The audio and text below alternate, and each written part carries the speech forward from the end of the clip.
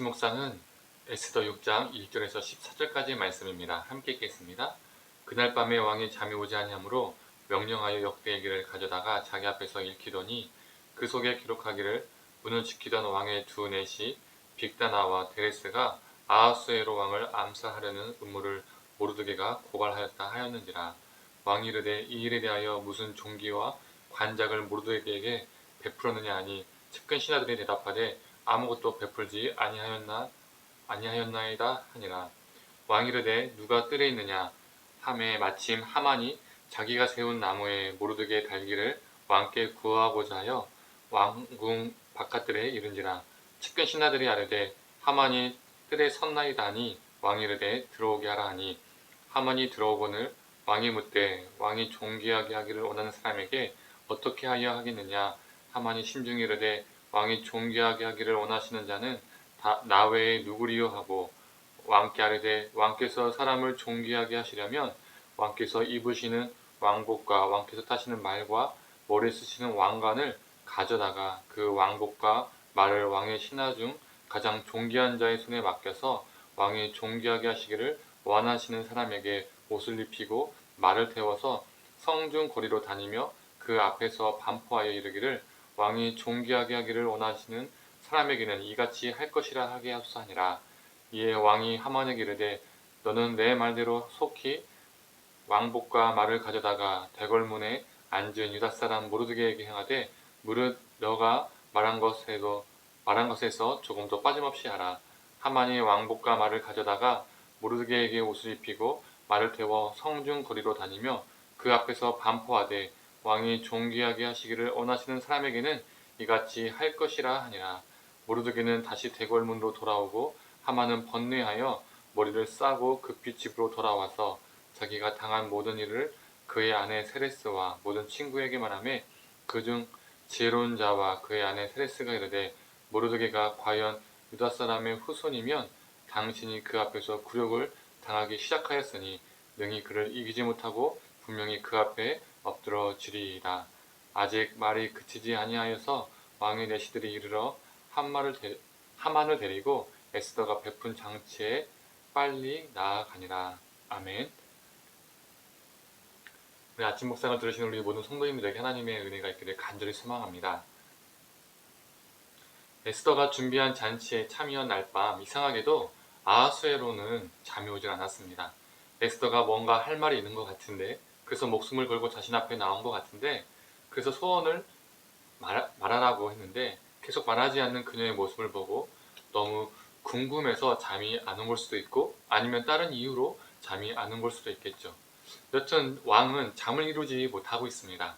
수면 장애를 겪자 왕은 나름 좋은 생각을 떠올린 것 같습니다.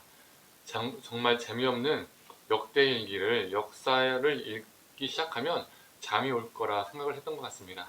우리도 보통 딱딱하고 따분한 책을 읽으면 잠이 오지 않습니까? 아마 이 아하수에로도 그런 생각을 했던 것 같습니다.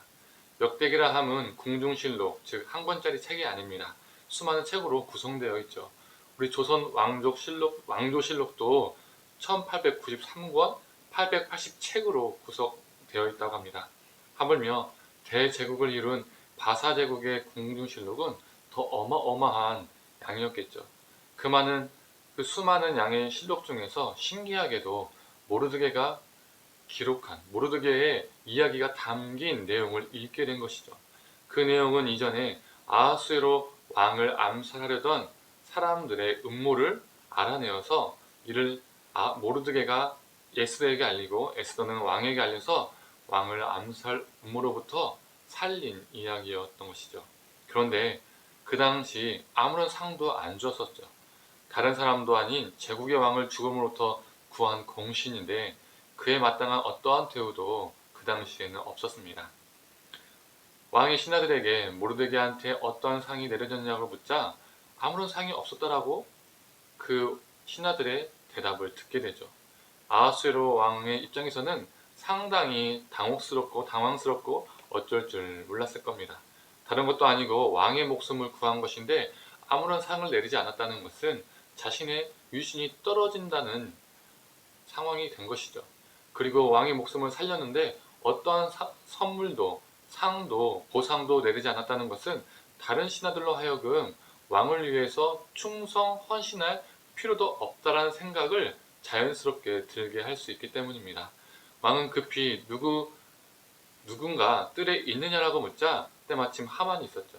하만도 왕에게 할 말이 있어서 바깥뜰에서 대기를 하고 있었던 겁니다. 그 할 말은 모르드게를 나무에 달아서 죽일 것을 왕에게 고하고자 허락을 받고자 했던 것이죠. 에스더는 죽으면 죽으리라는 마음으로 왕에게 나아간 것이라면 하만은 죽일 거면 확실히 죽이겠다라는 마음으로 왕에게 나아갔을 겁니다. 왕과 하만 이 두 사람 모두 이야기의 주제는 다름 아니라 모르드게였습니다. 그런데 이 두 사람의 상황은 동상이몽이었죠. 한 사람은 모르드게에게 상을 주기 위해서, 또 다른 한 사람은 모르드게에게 죽음을 주기 위해서 자신의 말을 하고 싶었던 겁니다. 왕은 하만에게 존귀함을 받을 사람을 어떻게 대하면 좋겠느냐라고 묻죠. 이 자기애성 인격 장애를 갖고 있는 이 하만은, 자신을 너무너무나 사랑하는 이 하만은 왕이 지금 자기 이야기를 하고 있는 것으로 착각합니다. 왕에게 존귀함을 받을 사람은 오직 자기밖에 없다고 생각한 것이죠. 그래서 그는 존귀함을 받을 사람이 받을 상에 대해서 이야기를 합니다.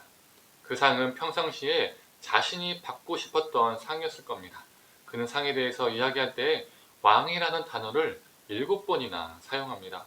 왕복을 입히고 왕관을 씌우고 왕이 타는 말을 태워서 사람들 앞에서 성을 다니게 하자는 것이죠. 왕관, 왕복, 왕의 말, 이게 다 뭐죠? 왕처럼 보이는 겁니다.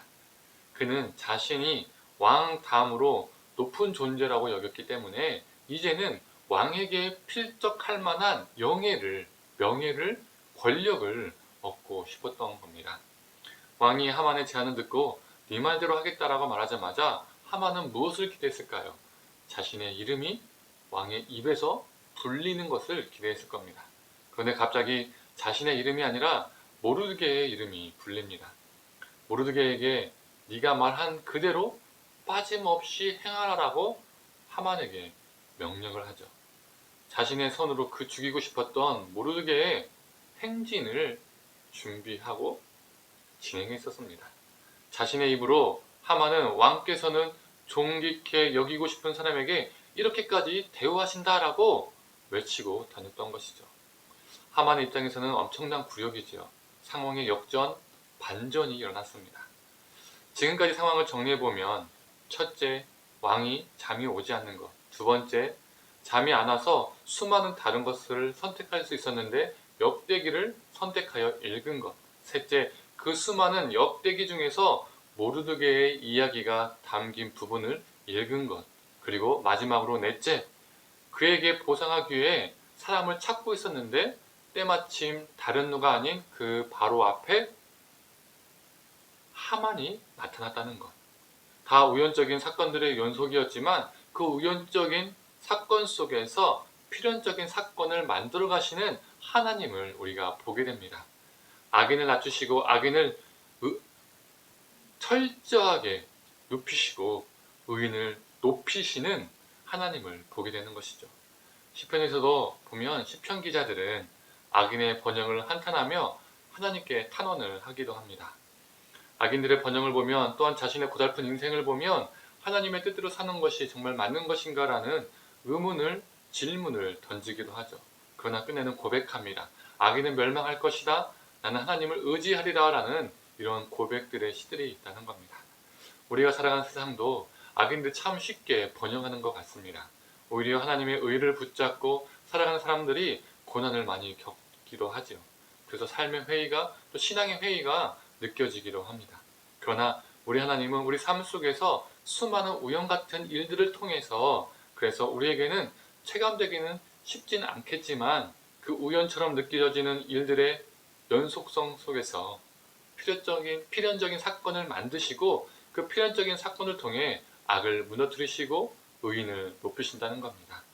우리가 이 하나님의 섭리를 믿고 오늘 하루도 악인의 길이 아니라 의인의 길, 하나님께서 원하시는 그 길을 걷는 저와 우리 성도님 되기를 간절히 소망합니다. 기도하겠습니다. 하나님, 이 수많은 우연 속에서 필연적인 사건을 만들어 가시는 하나님을 보게 됩니다. 그 우연 속에서 필연적인 사건을 만드심으로 악인은 눕히시고 낮추시고 의인은 높이시는 하나님의 역사를 보게 됩니다. 하나님, 때로는 우리가 살아가는 삶이 참 강팍하고 때로는 억울하고 악인이 정말 번영하는 것 같고 때는 삶의 신앙의 회의가 느껴질 때도 있지만 하나님, 우리가 체감하지 못하는 그 모든 상황 속에서 알게 모르게 정말 이 역사를 주관하시고 또 필연적인 사건을 만들어 가시는 하나님을 우리가 믿고 살게 하여 주시옵소서. 그 필연적인 사건들을 통하여서 그 우연 같은 많은 일들이 필연적인 사건이 됨으로써 악인은 무너뜨리시고 의인을 높이신다는 하나님의 그 섭리와 역사를 믿고 오늘 하루도 악인의 길이 아닌 의인의 길을 걸을 수 있는 우리가 되게 하여 주옵소서. 감사드리며 사랑이 많으신 예수님의 이름으로 기도드립니다. 아멘.